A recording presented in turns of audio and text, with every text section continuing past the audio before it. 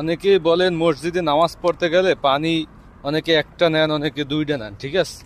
এখন অনেকের অভিযোগ যে এক একজনে দুইটা তিনটা পানি কিলিকা নেয়। এখন এই যে বিশেষ করে দুইটা তিনটা পানি যারা নেয় এরা বেশিরভাগ হইলো প্রবাসী, বেশিরভাগ হইলো অন্য দেশের থেকে আইয়া এই দেশে কাজ করে। এখন আমার কথা হলো ভাই, এই যে পানিটা এটা কোথা থেকে আসছে, কার টাকার পানি, এই জিনিসটা তো আমাদের বুঝতে হইবে। এই যে পানিটা যদিও দেখি যে আমরা মসজিদে থেকে নিয়ে আসি, কিন্তু মসজিদে দেয় কারা? সৌদিরাই দেয়, অথবা সৌদি সরকার দেয়, তাই না?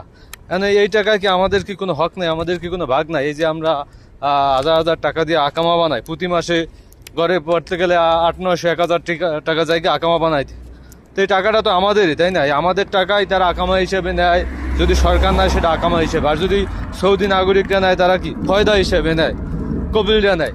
তো সেই টাকা দিয়েই তো তারা পানি কেনে, পানি কিনে মসজিদে রাখে। তো এক প্রকার বলতে গেলে আমি মনে করি এটা আমাদের টাকারই পানি।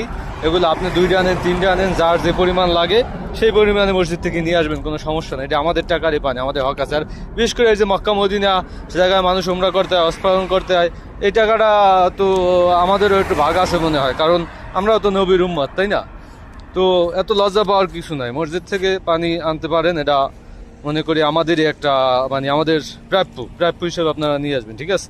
আমি যদি একটাই আনছি, কারণ 2টা আনি নাই। আপনাদের যদি জরুরি হয় তাহলে 2টা আনতে পারেন, সমস্যা নাই।